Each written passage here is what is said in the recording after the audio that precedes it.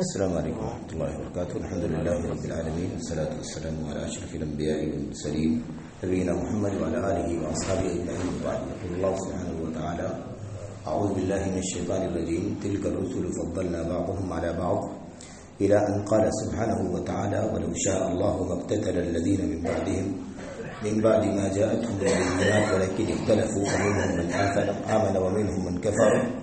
ولو شاء اللہ ما اقتتلوا ولكن اللہ يفعل ما يريد. آیت کریمہ میں اللہ تبارک و تعالی نے یہاں سے اللہ ارشاد فرمایا ولو شاء اللہ ما اقتتل الذین من بعدهم. رسولوں کا ذکر ہوا، رسولوں کے فرق مراتب کا، ان کی فضیلتوں کا تذکرہ ہوا. اس کے بعد آگے اللہ تبارک و تعالی نے انہی کی طرف اشارہ کرتے ہوئے ان کی امتوں کا، ان کی قوموں کا تذکرہ فرمایا اور اس بات کی وضاحت فرمائی کہ نبیوں کے، رسولوں کے بعد ان کی قوموں میں اختلاف ہوا اور کچھ لوگوں نے کفر کیا، کچھ لوگ ایمان پر قائم رہے اور اس اختلاف کے بعد پھر آپس میں اختلاف کے نتیجے میں اقتتال یعنی آپس میں لڑائی بھڑائی، مار دھاڑ، قتل و غارت گری کی نوبت آ گئی. یہ ساری چیزیں رسولوں کے جانے کے بعد دنیا میں ہر دور میں یہ حالات پیش آئے اور یہ ساری چیزیں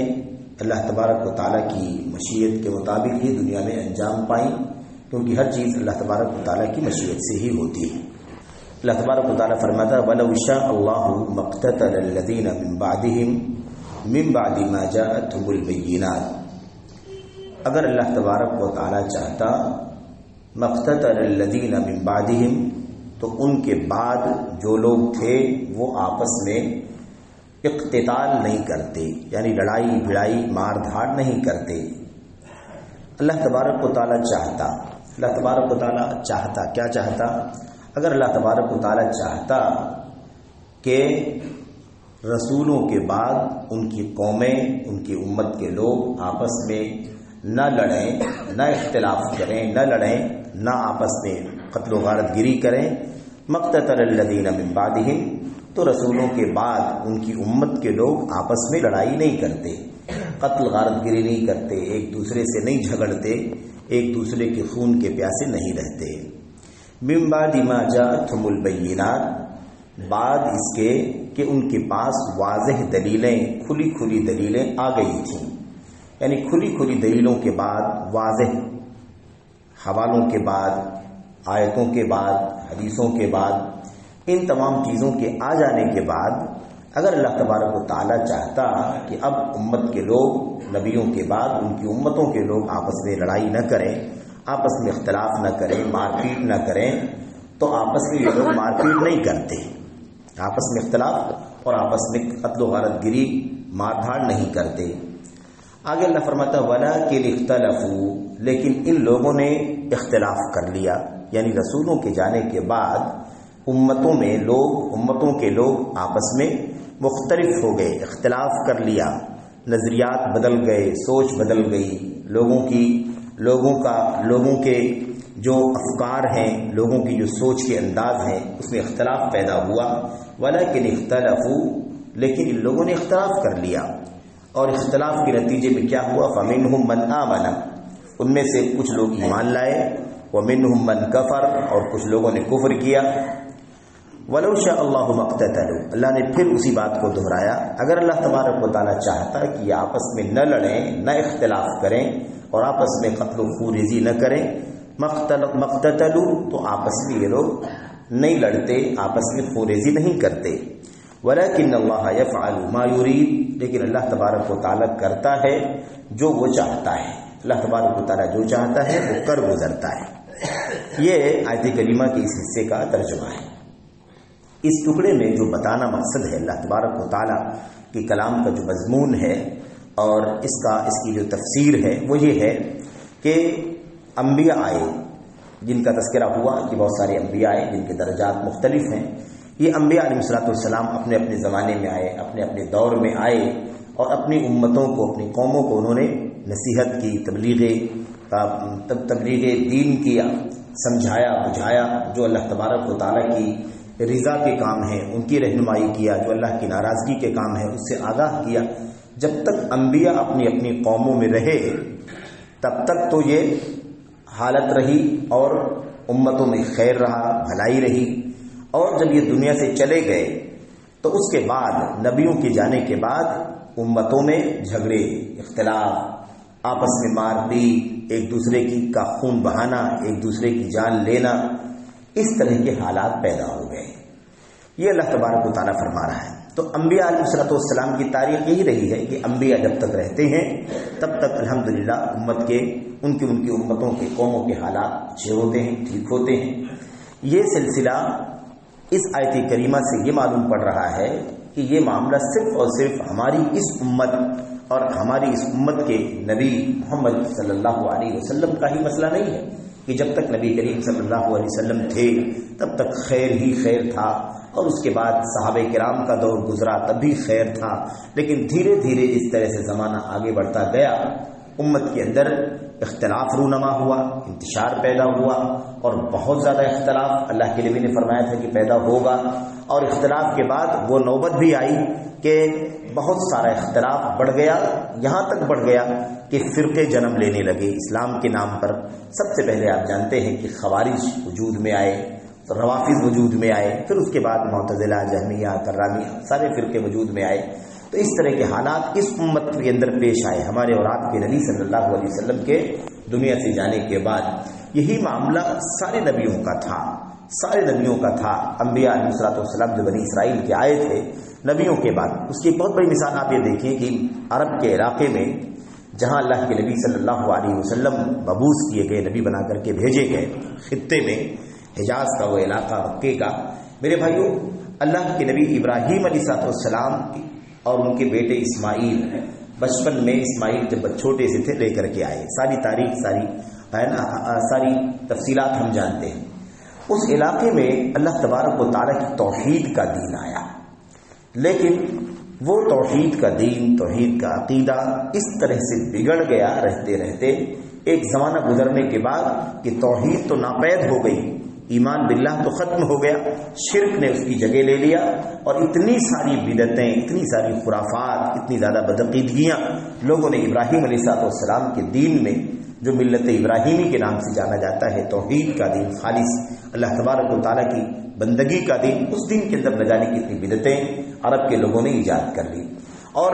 جب نبی کریم صلی اللہ علیہ وسلم کی بعثت ہوئی، عرب کے خطے میں بھیجے گئے، تو اس وقت حالت یہ تھی، ایسا لگتا تھا، ماحول ایسا تھا کہ ایسا لگتا تھا کہ اس علاقے میں کبھی کوئی رسول آیا ہی نہیں ہے، کوئی نبی آیا ہی نہیں ہے۔ اللہ تبارک و تعالیٰ نے سورہ یاسین میں اسی انداز کی تعبیر فرمائی کہ ما انذر آباؤہم، ایسے علاقے کے لوگوں کو آپ ڈرائیے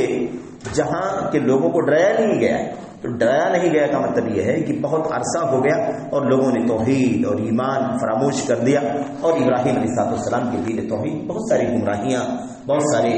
فسادات، بہت ساری بدعتیں لوگوں نے پیدا کر لی، وجود میں آ گئی۔ تو یہی معاملہ سارے نبیوں کا تھا۔ اللہ تبارک و تعالیٰ نے جو یہاں فرمایا ہے وہی فرمایا، من بعدہم، رسولوں کے بعد ہر رسول کے دنیا سے جانے کے بعد ان کی قوم کے لوگوں نے اختلاف کر لیا، یہ صورتحال پیدا ہو گئی۔ تو بہرحال جو اس میں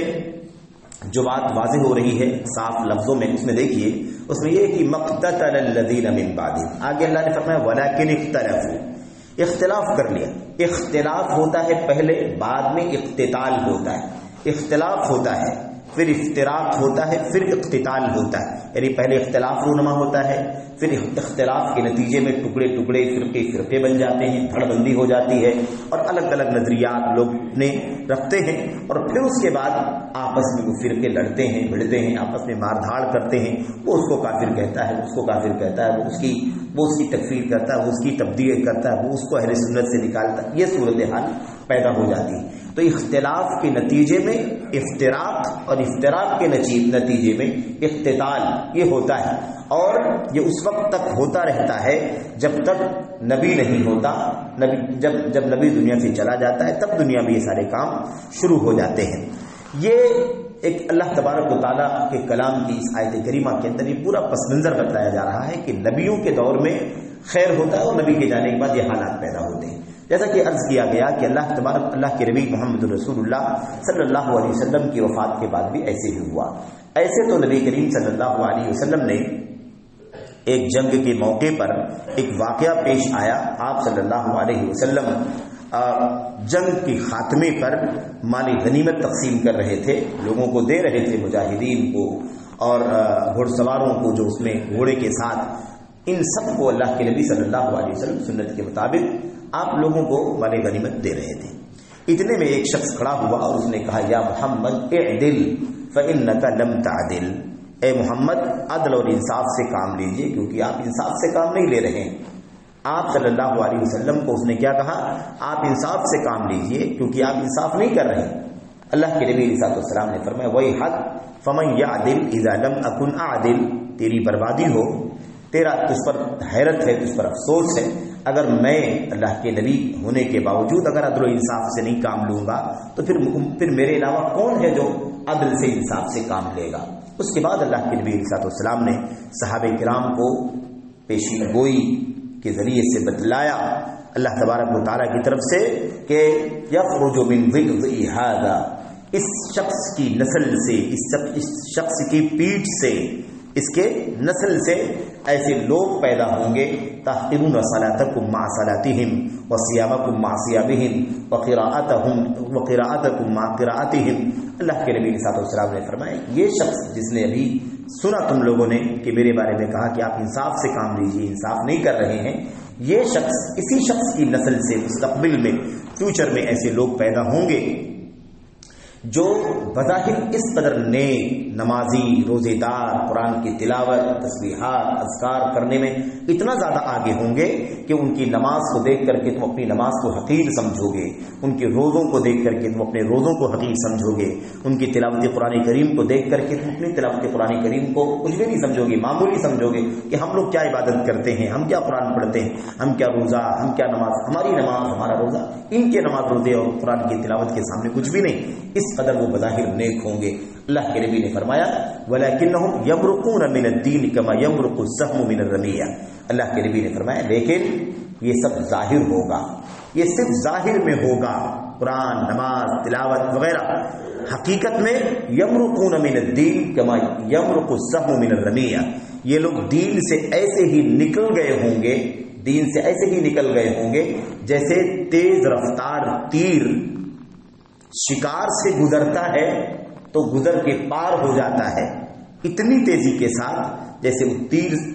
شکار سے پار ہو جاتا ہے. اور بسا اوقات تیر جب ادھر نکل جاتا ہے پار ہو کر کے اور اسے دیکھا جاتا ہے تو اس میں کہیں خون کا نشان نہیں، گوشت کا نشان نہیں، کوئی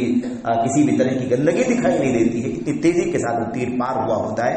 ایسے ہی یہ لوگ اسلام سے نکل گئے ہوں گے، دین سے بے دخل ہوں گے، یعنی بظاہر بہت زیادہ نیکی اور تقویٰ طہارت ہوگی لیکن حقیقت میں وہ بے دین لوگ ہوں گے، بد دین لوگ ہوں گے، وہ دین سے خارج ہو چکے ہوں گے. یہ اللہ کے نبی نے پیشین گوئی فرمائی تھی. یہ خوارج کے بارے میں نبی کریم صلی اللہ علیہ وسلم نے پہلی پیشین گوئی فرما دی تھی اور بعد میں یہ سب ہوا.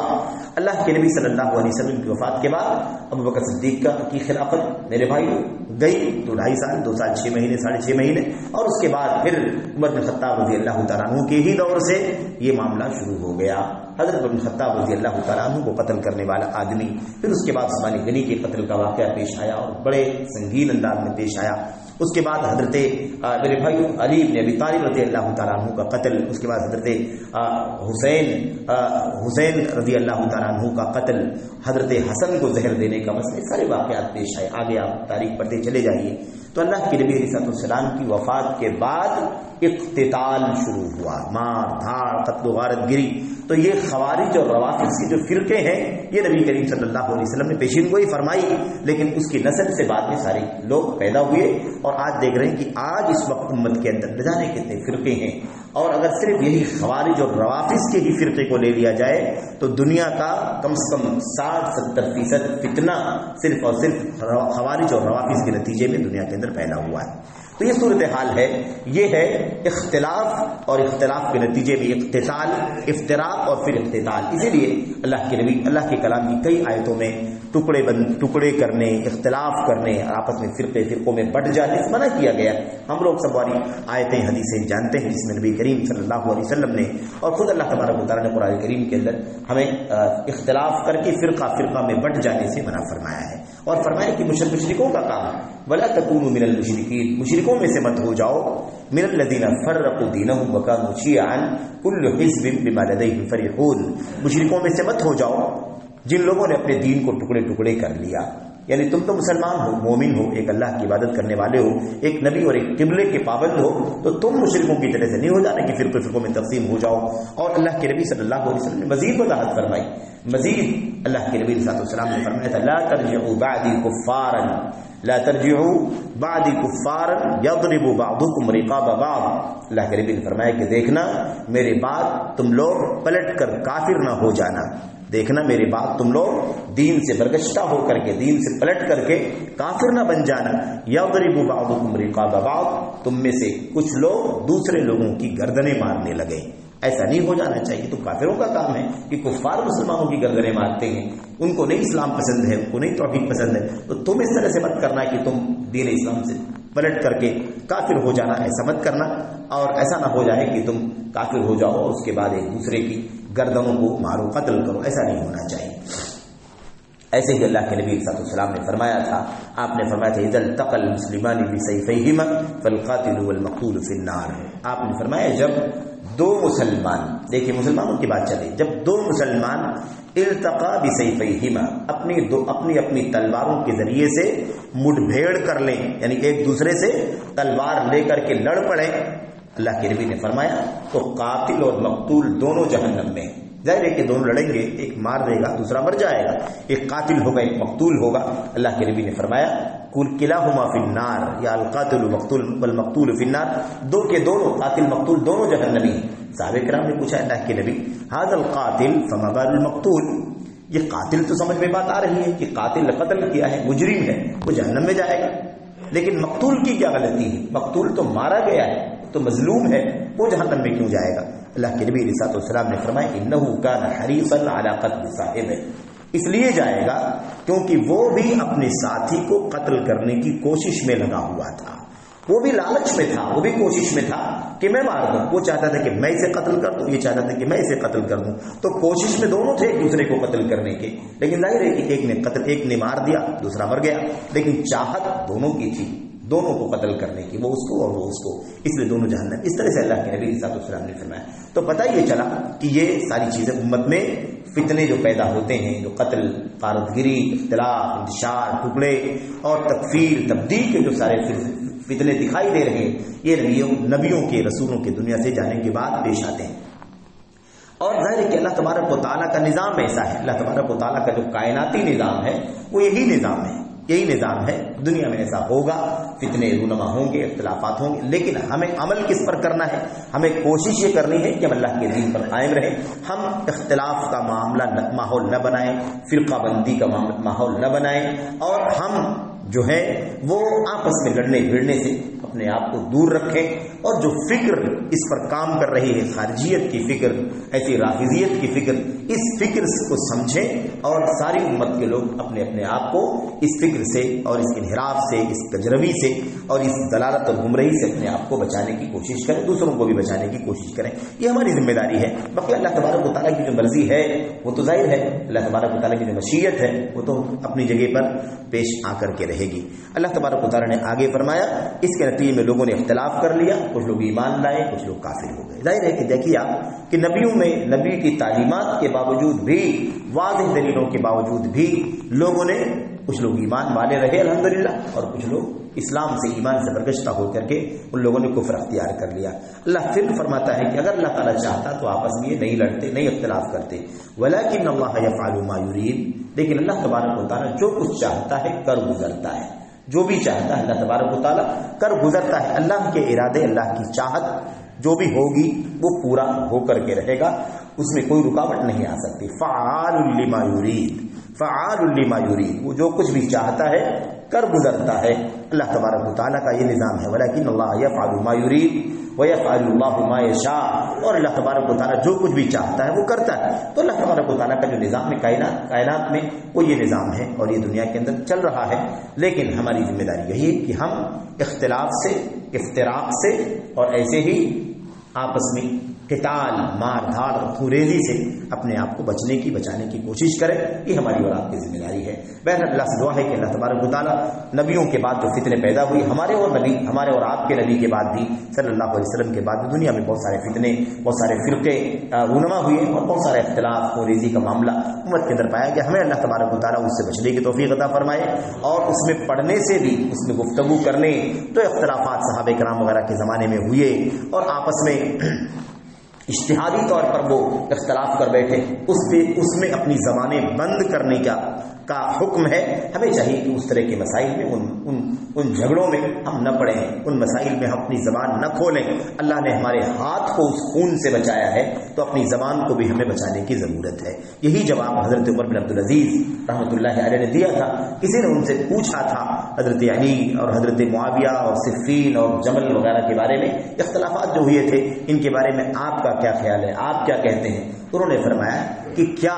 جس جھگڑے سے، جس اختلاف سے، جس خون سے اللہ تبارک و تعالیٰ نے میرے ہاتھ کو بچایا ہوا ہے، کیا میں اپنی زبان کو اس سے نہ بچاؤں؟ مجھے کیا ضرورت ہے اس میں پڑھنے کی؟ جو اللہ تبارک و تعالیٰ کہ جو کچھ ہوا اللہ تبارک و تعالیٰ کے علم میں ہے، اللہ تبارک و تعالیٰ دونوں کو جانتا ہے، اللہ تعالیٰ دونوں کے لیے رحم کرنے والا ہے اور دونوں کے لیے دونوں کا خصم بھی ہے، خصم یعنی بدلہ لینے والا، مقابلہ کرنے والا، اور دونوں پر رحم بھی کرنے والا ہے۔ اس لیے ہمیں اس مسئلے میں پڑھنے کی ضرورت نہیں ہے۔ تو اللہ سے دعا کرتے ہیں کہ اللہ تبارک و تعالیٰ ہمیں اور آپ کو اختلاف سے، انتشار سے، اختراق سے اور آپس میں قتل اور خوریزی سے، غارت گری سے بچنے کی توفیق عطا فرمائے۔ امین رب العالمین۔ صلی اللہ علیہ وسلم وبارک علی نبینا محمد وعلی آلہ وصحبہ اجمعین۔ السلام علیکم ورحمۃ اللہ وبرکاتہ۔